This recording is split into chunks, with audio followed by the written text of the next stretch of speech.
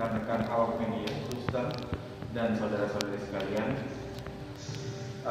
Tentu pemberitaan mengenai hasil swab yang negatif ini harus kita sambut dengan hati yang gembira. Berarti tidak ada penambahan kasus positif di kabupaten kita. Di satu sisi merupakan sebuah informasi yang berguna karena bisa memberikan masukan bahwa penanganan yang kita lakukan dengan protokol COVID itu tetap dilakukan sesuai dengan mestinya. Rumah Sakit Caritas perlu mengklarifikasi beberapa hal mengenai penetapan status PDP pada pasien Papua-Yanus Akar. Penetapan ini berdasarkan serangkaian protokol yang telah di-ACC ataupun sudah kita rencanakan dengan baik menggunakan scoring.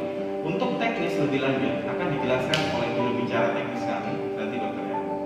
Tetapi ada beberapa hal yang harus saya sampaikan sebagai pimpinan dari Rumah Sakit Caritas adalah bahwa penetapan status PDP tidak memandang hasil swab, karena penetapan PDP sekalipun hasil swabnya negatif tetap akan menjadi PDP.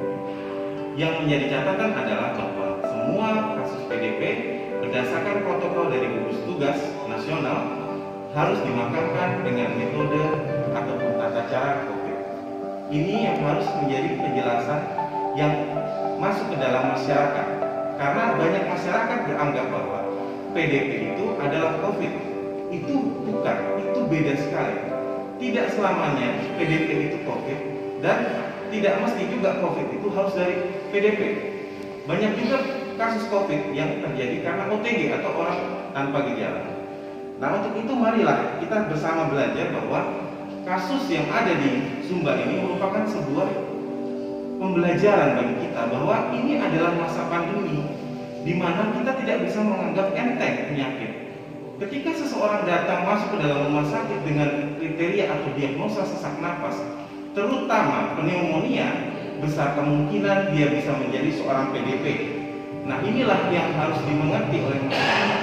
Tidak selamanya bahwa PDP itu bukan COVID, tidak selamanya juga PDP itu COVID. Ada kriteria yang harus diikuti. Untuk itu, di sini saya menghadirkan pakar. Pasien yang masuk dengan status PDP. Pasien laki-laki umur 40 tahun, ya, masuk tanggal 24 Juni pukul 1:10 WITA dengan penurunan kesadaran selama 2 jam di rumah dan sesak kurang lebih selama 6 jam sebelum masuk rumah sakit. Pasien ada keluhan batuk dan demam selama 5 hari dan ada anamnesis dari dokter penerima bahwa bapak ini juga melakukan kerjanya sebagai screening untuk pasien-pasien yang PDP di Puskesmas. Ada riwayat pengobatan sebelumnya di Puskesmas yaitu dengan batuk dan demam. 1 hari sebelum masuk ke Caritas, pasien sempat berobat di RSUD Wekabupat tanggal 23 Juni pagi. Dan waktu itu pasien diberikan obat jalan dengan keluhan obat untuk lambung dan obat batuk. Saat masuk, pasien dalam keadaan sangat sesak. SpO2 atau saturasi oksigen 55%, normalnya harus 95 plus minus 5. Jadi di bawah 90% ini pasien dalam keadaan hipoksia istilahnya, ya, kekurangan oksigen, ya. Kemudian vital sign ada penurunan kesadaran dengan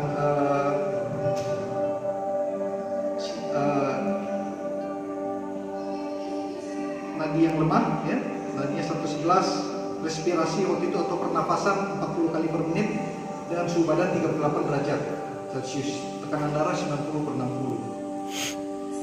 Ada retraksi interkostal atau ada tampak adanya usaha bernapas yang memerlukan otot-otot respirasi, ya, otot pernapasan diakibatkan oleh sesak nafas. Kemudian ada beberapa pemeriksaan lain, yaitu pemeriksaan laboratorium, kami melakukan rapid test, saat itu memang negatif. Kemudian pemeriksaan NLR 19 atau neutrophil lymphocyte ratio itu 19,4 atau di atas 3,13 dengan absolute lymphocyte count 446 dan trombosit 129.000, normalnya 150.000 sampai 400.000. Jadi ada trombosit yang rendah, ada kadar limfopenia, dan total limfosit yang rendah, yang mencurigai ke arah viral infeksi, atau infeksi virus. Kemudian ada pemeriksaan, kami lakukan pemeriksaan fotoronsen situ.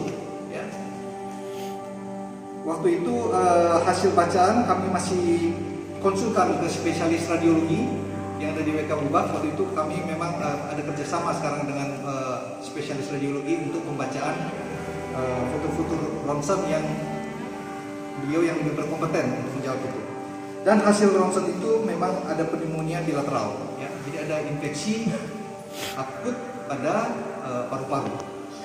Kedua, dengan ensefalopati hipoksit karena hipoksia yang terlalu lama pada otak menyebabkan penurunan kesadaran. Dan PDP, kami memang mempunyai SOP dan menggunakan scoring seperti tadi dijelaskan oleh Dr. Niko. Kami menghitung skornya dapat 12. Dari mana kami bisa mendapat scoring ini? Kita memang mengadopsi dari Rumah Sakit Dr. Sutomo dengan kita mengubah dan rupanya scoring ini juga digunakan di Rumah Sakit Prof. Yohanes Kupang. Dengan scoring 12, apabila nilainya di atas 5, kami harus melakukan rapid test saat itu dan melakukan swab.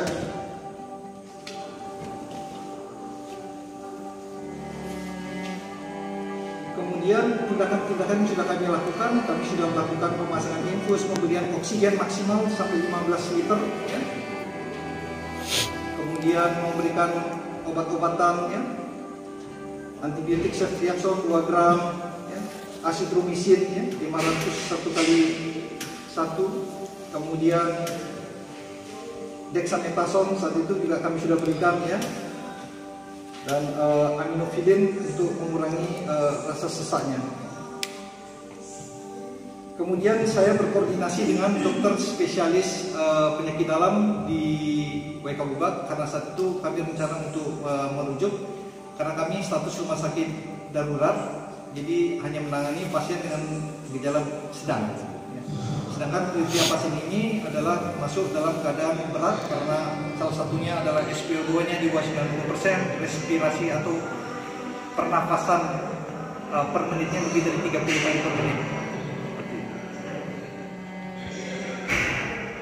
Baik, dan kemudian memang